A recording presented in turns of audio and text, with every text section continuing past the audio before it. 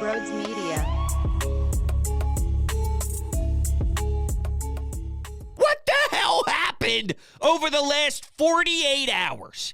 First, before anything, Eagles, I want to thank everybody who reached out over the last day or so congratulating my wife and I because our little baby girl, Brooklyn, is now here. It is tremendous, fantastic. So we just got dispatched from the hospital today. It's our first night home, and somehow I managed to miss so much. Okay, I escaped the sports world for just a little bit of time, and the Eagles blow up. And that's what happened. Okay, I dealt with Slay going on his podcast saying, I played a good game. My entire team just didn't. Now Sean Desai is in the booth watching from overhead, and Matt Patricia is running the show. Matt Patricia is the face of the Eagles defense. Somebody help me. I don't know if I'm going to make it. This is tragic. It's so embarrassing, especially when Nick Sirianni, your head coach, faced the media a couple days ago and said, we're not changing anything. Oh, by the way, is Jalen Hurts sick because he's traveling to Seattle by himself, removing himself from being surrounded by the team? Maybe it's Mariota. Really? We got Mariota on a flex game Monday Night Football on the road when you're coming off for your two worst losses as a core. This is starting to fall apart. Also, A.J. Brown is trying to clear up his name from the Derek Gunn report that people are texting him saying this offense is not developing fast enough. Also, before Sean Desai got kicked upstairs, Byard I guess he's clapping back at some people on social media because there was an article posted about how he went to Sean Desai and he went to the defensive minds and elected to maybe throw out a possibility where the team is studying film. The team, the guys in the secondary room, they're the ones maybe coming up with the game plan. Whoa. You're 10-3. You're supposed to win a Super Bowl this year. You're supposed to be the team, the squad that everybody wants to be. You want to make a statement and be a powerhouse in the league. And now you got newcomers who just got added a couple weeks ago showing his knowledge. And I don't know, I believe in what this defensive guy's trying to do. So much so that Jeff McClain is saying that there's an Eagles source that he spoke to that said Sean is smart and his players do like him, but he lacks confidence. A guy, a veteran pro like Byard, who by no means has been lighting the lamp on fire here. There is something to be said about him walking through these doors, and then now he's making big proposals and big game-changing, week-changing. He's throwing in week-changing advice. And we're going to act like that's okay? So that's where we are. 48 hours removed from the last time I thought about this team with my full heart. What the hell happened? That's why I started the show with that exact question.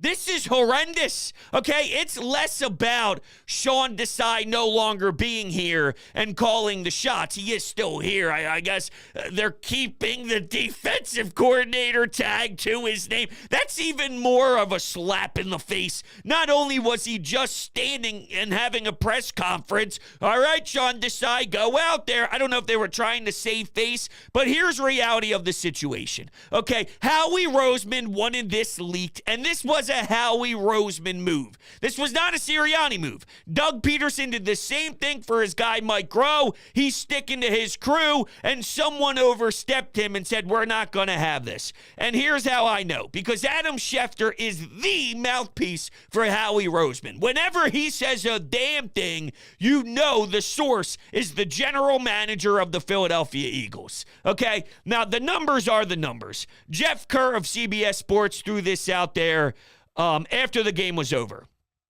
or excuse me, after the news was sort of released.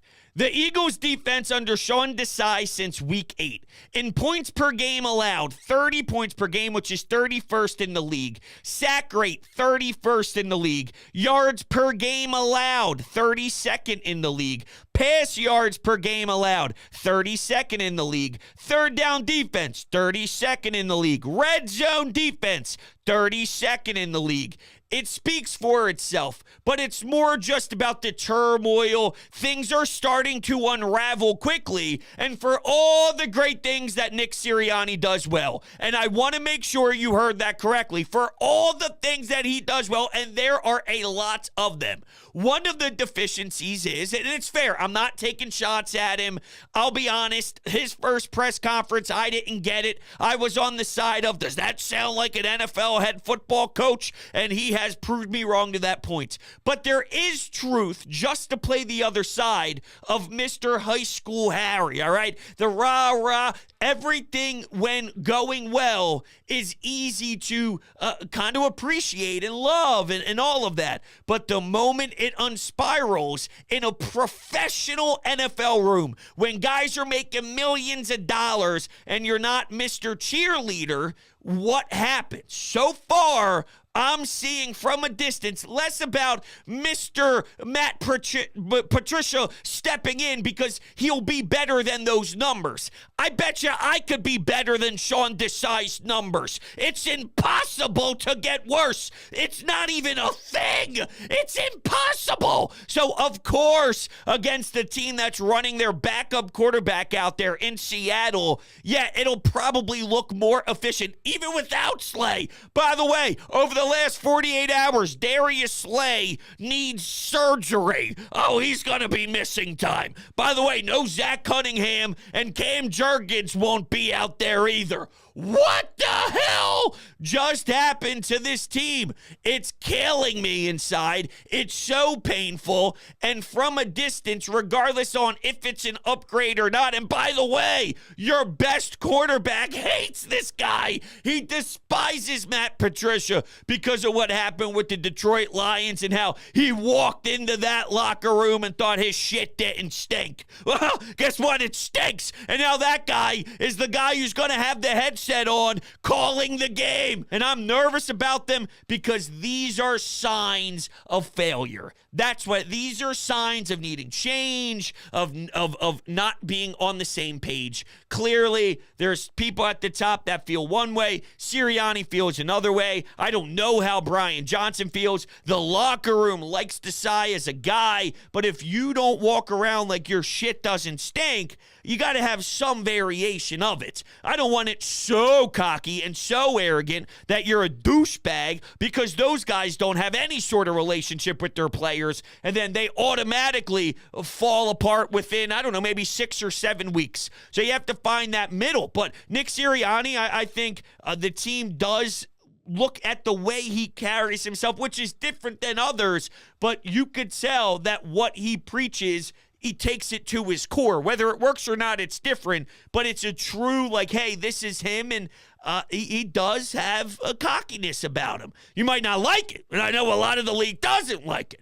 But there's a lot of guys who have won a ton in this league. Their personality blows, and the way they carry themselves is annoying. Bill Belichick is the most prime example.